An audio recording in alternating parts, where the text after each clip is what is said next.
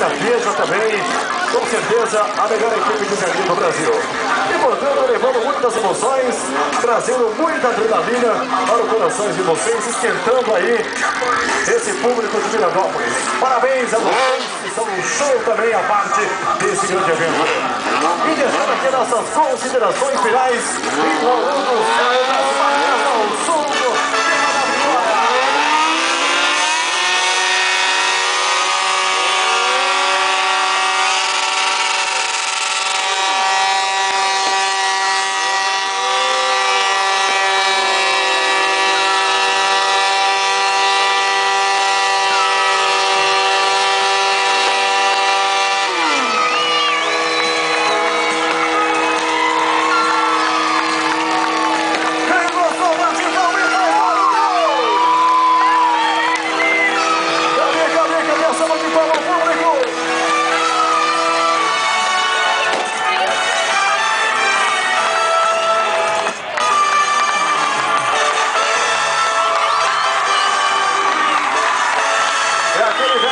Que eu sempre digo, como é Deus, sem Ele não seremos nada. O Criador do céu e da terra que deu a nós o poder de falar e se comunicar. Uma salva de palmas para Jesus, galera! Vai molecada por aqui, Denis! Desce aqui, desce aqui!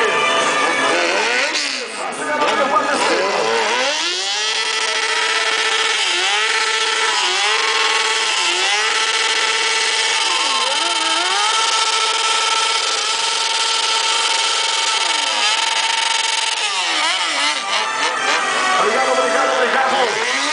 Agradecer aqui ele também, sem ele, com essa produção, né? Obrigado ao Éder da produção, cara que tem 10 anos de equipe, né? Tá gordo, hein? Cara, tá de caminhoneta zero já. Gente, muito obrigado, carinho de vocês, e até amanhã, se Deus quiser e Ele quer. Muito obrigado, em nome do Motoclube SP300, parabéns. E o nosso amigo Davi, um bolso recheado para a semana que vem, estaremos em Ponta Porã, Davi. Aproveitar as ofertas. O dólar subiu, mas baixou. Como é que ficou? Com você, Davi.